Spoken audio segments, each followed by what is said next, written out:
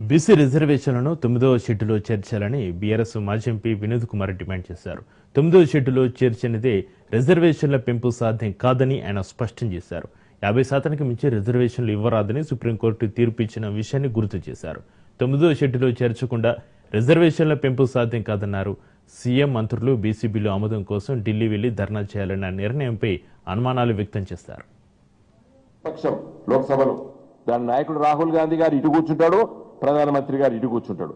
వీళ్ళిద్దరు తలుసుకుంటే గంట లోపల ఈ బిల్లు తీసుకురావచ్చు. BJP and Congress party. Modi గారికి చిత్తశుద్ధి లేదు.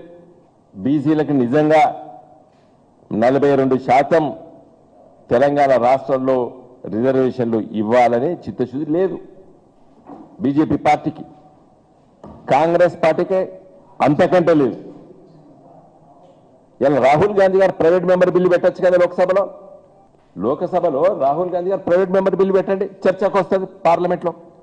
దేశవ్యాప్తంగా బీసీల గురించి మాట్లాడతానని చెప్పే రాహుల్ గాంధీ గారు రేవంత్ రెడ్డి గారు అయితే బిల్లు పాస్ చేయించింది కదా తెలంగాణ శాసనసభలో. కమాన్ ఆ బిల్లును 9th షెడ్యూల్లో పెట్టమని చెప్పి ఒక ప్రైవేట్ మెంబర్ బిల్లు పెట్టండి లోక్సభలో. రాహుల్ గాంధీ గారు మోడీ గారు సపోర్ట్ చేస్తాడా చేయడా తేలిపోతుంది. నువ్వు అడగావు, ఆయన చెయ్యడు.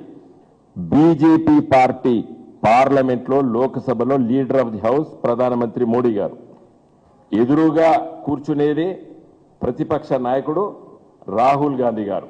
కాంగ్రెస్ పార్టీకి దాదాపు ఇప్పుడు 90 సీట్ల కంటే ఎక్కువ వచ్చినాయి. పెద్ద ప్రతిపక్షం లోక్సభలో. దాని నాయకుడు రాహుల్ గాంధీ గారు ఇటు